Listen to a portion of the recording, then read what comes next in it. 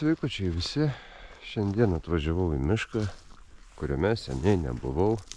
Aišku, miškas kaip ir tas pats, tik skirtingos vietos kaip visada. Einu šiandien taip pat kaip visada pradėti sezoną, kaip ir visi ragautojai, ragų ieškotojai. Ir šiandieninę paiešką kol kas praėjau kelis kilometrus ir radau nieko. Na, kaip supras, kad radau nieko, radau daugybę kaulų, neaišku kieno, radau daugybę takų, šviežių senų, radau medžiotojų bokštelį, medžioklės plotus, kelis kailio gabalėlius ir kol kas tik tai girdžiu žvėris kažkur tolumoj bėgančius, kol kas girdžiu tik tai paukščius klykiančius. Ir stengiuosi praeiti dabar kol kas kuo greičiau mišką iki automobilio ir eiti, kažką pamačiau, reikės eiti patikrinti, ir eiti į automobilį, važiuoti į kitą vietą, kur žinau, kad tikrai esu ne kartą radęs po ragą ir ieškosiu kitose vietose. O dabar kampais mėginsiu ateiti iki įdomios, ką tik pamatytos vietos ir pasidalinti su jumis, ką aš ten pamačiau. Galbūt tai tikrai nuvirtęs medis, galbūt kažkoks žymėjimas, o tai ten tikriausiai bus nuvirtęs medis ir gulintis kelmas. Prieš tai keletą kartų mėginau filmuoti, tačiau truputį šnekėjau ir nusišnekėjau, tai video medžiagą tiesiog ištryniau, mėginu filmuoti iš naujo. Ir noriu pasidalinti įžvalgą, kurią pamačiau YouTube. Pradėjau žiūrėti vieną žmogelį, kuris taip pat ieško ragų, pasakoja, filmuoja, kur eina, ko ieško ir panašiai. Kaip stebėti reikia, kaip nekartą buvau minėjęs, kasytus medžius, kaip reikia stebėti gamtą ir aplinką, klausyti visko, kas kur. Ir būti atsargiam. Pagrindinės įžvalgos, kurias teko pastebėti šio vaikinuko YouTube kanale, tai jis eina daugiausiai palei kanalus. Jis eina gyvūnų išmintais takais, kas man ganėtinai keista. Aš esu ėjęs išmintais takais ir nieko neradęs. Ir rasdavau tik tai tose vietose, kur tų takų nėra išminta, kas yra keisčiausia. Tačiau jis eina takais ir randa. Tai galbūt būsiu priverstas keisti savo strategiją paieškų, eiti išmintais takais, stebėti akiliau aplinką, nes vienu tarpu galvojau, kad priėjau gulinti briedį. Buvo tikrai nejauku, įsitraukiau telefoną, prisiartinau, pasirodo, tai ne briedis. Aišku, kvaišelis galėjau pasiimti fotiką, pasitampyti, užsimesti ant nugaros, tačiau fotiko nesinešiau. Gaila. Jisai praverstų kaip tik tokiose vietose, kur matomumas labai geras, ir pasižiūrėti iš toli, kas yra priekyje. Taip pat ir GoPro durniuoja. Nuo šalčio įsijunginėja baterija.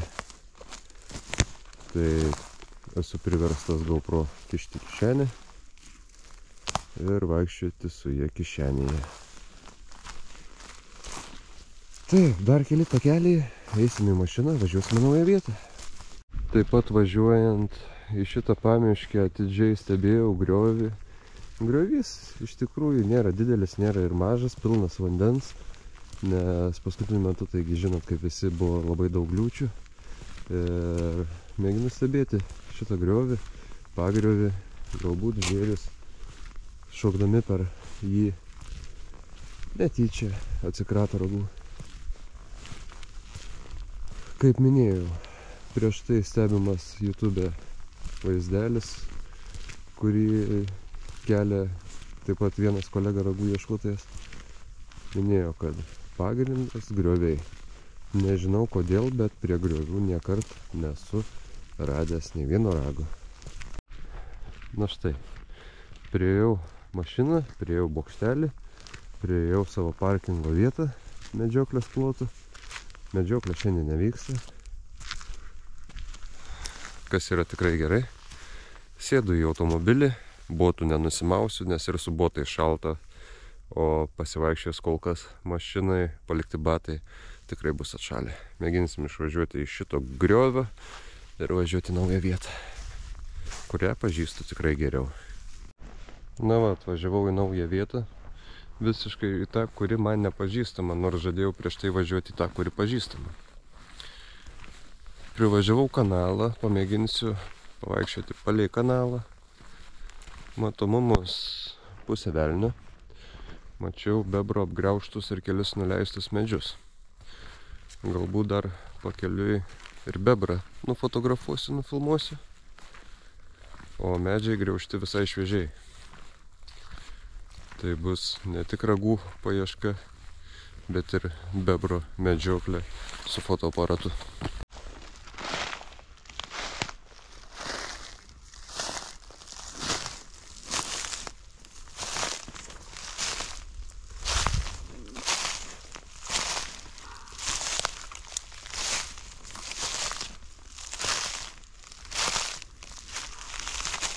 Ir mėginsime kažkur čia lįsti į mišką.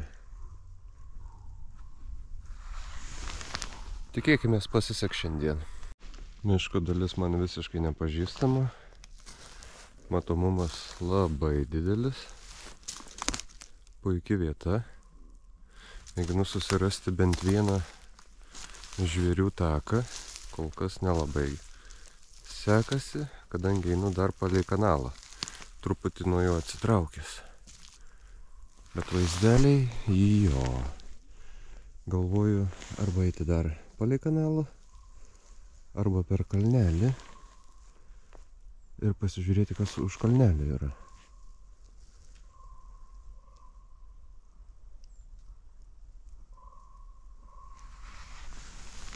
Miškas nubudęs šakės. Varnos, krankliai, įvairūs paukščiai. Kažkas kažkur šnara. Rekomendacija kiekvienam eiti į mišką. Grynas oras.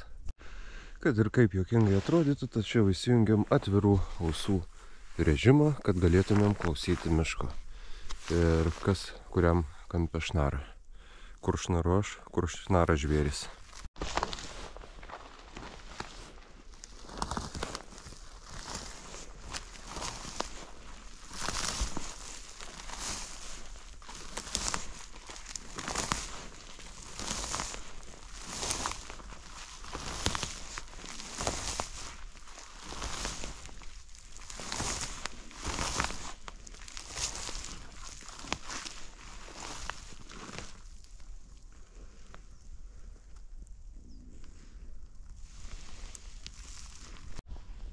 Eilinį kartą žvėrių lankyto vietą.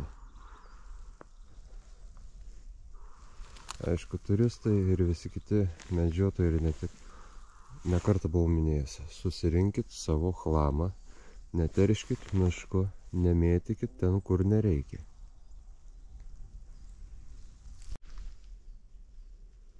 Na ir spėkit, ką radau. Ne, tai ne ragas. Jeigu gerai suprantu, kritusio šerno kaukolė. Kodėl kritusio šerno? Nes yra iltys. Ir viršuje. Ar tai gali būti šerno iltis? Nes priekyje dar dvi, viena nulūžus, kita išrauta arba pamesta, bet šone yra dar dvi likusios. Tai turiu prielaidą, kad tai bus šerno iltis. Geras radinys.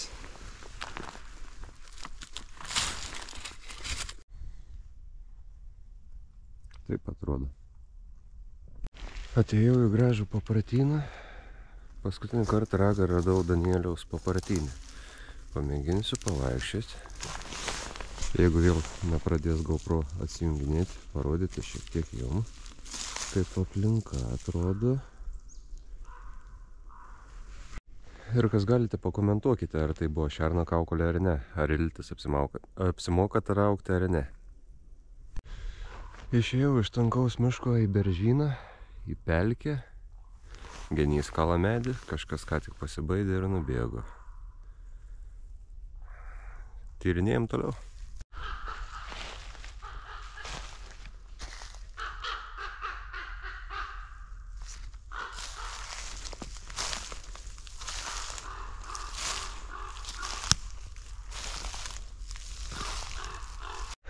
O kalba apie tai, kad pasibaidė ir nubėgo, ką tik pamačiau didelę riebę elnio subinę. Mačiau, kur yra, einam žiūrėti.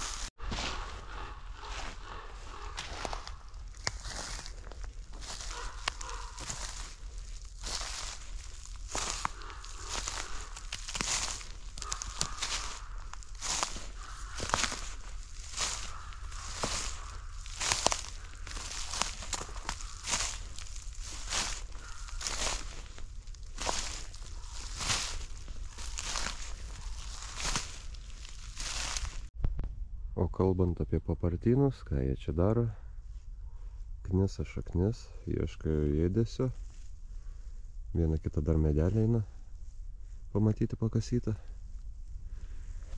Ar nebus taip, kad pataikiau ten, kur reikia? Manau, filmukas bus toks trumpas, nieko neradau, apart galimai šerno ilčių. Aišku, palikit komentarą, ar tai šerno galva ar šerno iltis.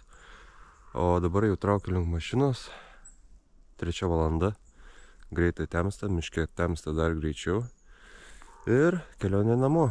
Tai ačiū, kad žiūrėjot, prenumeruokit, paspauskit nykštuką, pasidalinkit su draugais, man kai kurie tai svarbu. O jei dar ką pamatysiu gero, tikrai parodysiu jums. Kol kas iki. Aišku, jums nesimatys.